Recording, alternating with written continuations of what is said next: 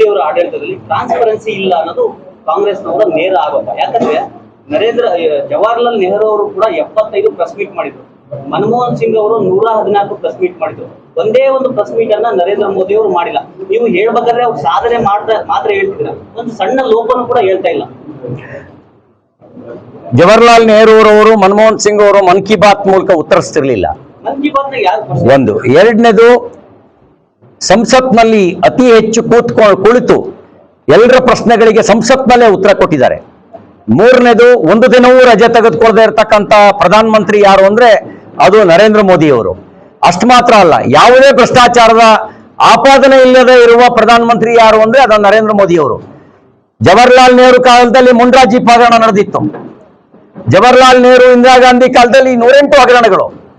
ಮನಮೋಹನ್ ಸಿಂಗ್ ಕಾಲದಲ್ಲಿ ದುರ್ಬಲ ಪ್ರಧಾನಿ ಅನ್ನುವಂತ ಒಂದು ಭಾವನೆ. ಅವರಿಗೆ ಒಂದು ಚುನಾವಣೆಯಲ್ಲಿ ಗೆಲ್ಲದೆ ಇರತಕ್ಕಂಥ ವ್ಯಕ್ತಿತ್ವ. ನರೇಂದ್ರ ಮೋದಿ ಅವರು ಒಂದು ಚುನಾವಣೆಯಲ್ಲಿ ಸೋಲ್ದೇ ಇರುವ ವ್ಯಕ್ತಿತ್ವ. ಅವರು ಒಂದು ಚುನಾವಣೆಯಲ್ಲಿ ಗೆಲ್ಲದೆ ಇದ್ರೆ ಇವರು ಒಂದು ಚುನಾವಣೆಯಲ್ಲಿ ಸೋಲ್ದೇ ಇರೋದು.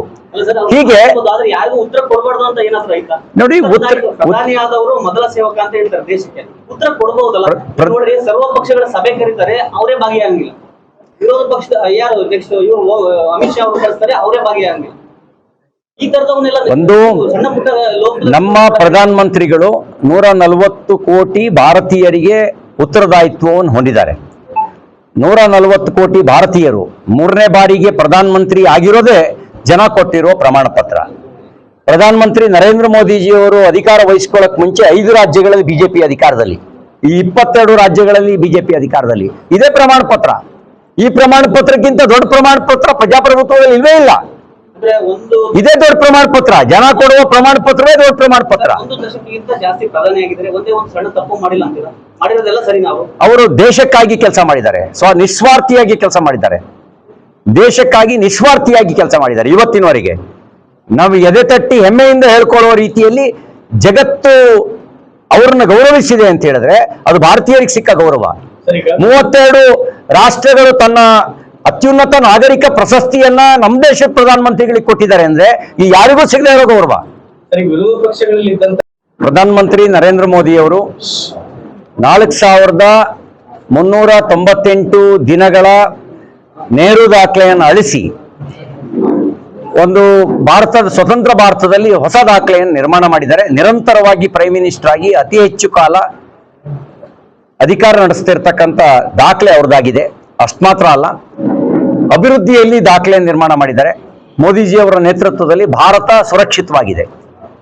ಭಯೋತ್ಪಾದಕರು ಬಿಲ ಸೇರಿದ್ದಾರೆ. ಭಯೋತ್ಪಾದನೆ ವಿರುದ್ಧ ಜೀರೋ ಟಾಲರೆನ್ಸ್ ಅನ್ನ ಈ ಸರ್ಕಾರ ಮಾಡ್ತಾ ಇದೆ. ಹಾಗಾಗಿ ಅವರು ಬಿಲ ಸೇರಿದ್ದಾರೆ. ಅಷ್ಟು ಮಾತ್ರ ಅಲ್ಲ, ಮೂಲಸೌಕರ್ಯ ಅಭಿವೃದ್ಧಿಯಲ್ಲಿ ದಾಖಲೆ ನಿರ್ಮಾಣ ಮಾಡಿದ್ದಾರೆ.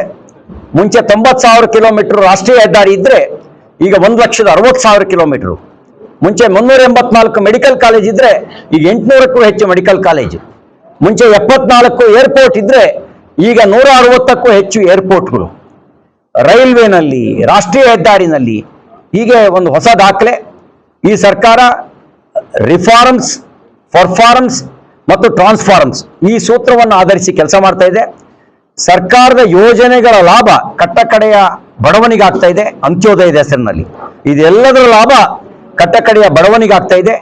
ಈ ರೀತಿ ಜಾಗತಿಕ ಸಂಕಷ್ಟಗಳ ನಡುವೆಯೂ ಭಾರತವನ್ನ ಆರ್ಥಿಕವಾಗಿ ಮುನ್ನಡೆಸಿ ಜಗತ್ತಿನ 4ನೇ ಅತಿ ದೊಡ್ಡ ಆರ್ಥಿಕ ಶಕ್ತಿಯಾಗಿ ಪರಿವರ್ತನೆ ಮಾಡಿರ್ತಕ್ಕಂಥದ್ದು ಅದು ನರೇಂದ್ರ ಮೋದಿಜಿಯವರ ನೇತೃತ್ವದ ಸರ್ಕಾರ, ಭಾರತೀಯ ಜನತಾ ಪಾರ್ಟಿ NDA ಸರ್ಕಾರ. ಈ ಸರ್ಕಾರಕ್ಕೆ ಪ್ರಧಾನಮಂತ್ರಿ ನರೇಂದ್ರ ಮೋದಿ ಅವರಿಗೆ ಅಭಿನಂದನೆಗಳನ್ನು ಸಲ್ಲಿಸ್ತೇನೆ. ಸಬ್ಕಾ ಸಾಥ್, ಸಬ್ಕಾ ವಿಕಾಸ್, ಸಬ್ಕಾ ವಿಶ್ವಾಸ್ ಅನ್ನುವ ಮಂತ್ರದಲ್ಲಿಗೆ ನಂಬಿಕೆ ಇಟ್ಟು ಮೋದಿಜಿಯವರು ಕೆಲಸ ಮಾಡ್ತಾ ಇದ್ದಾರೆ. ಅವರಿಗೆ ಅಭಿನಂದನೆಗಳನ್ನು ಸಲ್ಲಿಸ್ತೇನೆ. If you like this video ಬೇಗ ಲೈಕ್ ಮಾಡಿ, ಕಾಮೆಂಟ್ ಮಾಡಿ, ಶೇರ್ ಮಾಡಿ ಹಾಗೂ ಯೋಯೋ ಟಿವಿ ಕನ್ನಡವನ್ನು ಸಬ್ಸ್ಕ್ರೈಬ್ ಮಾಡಿ.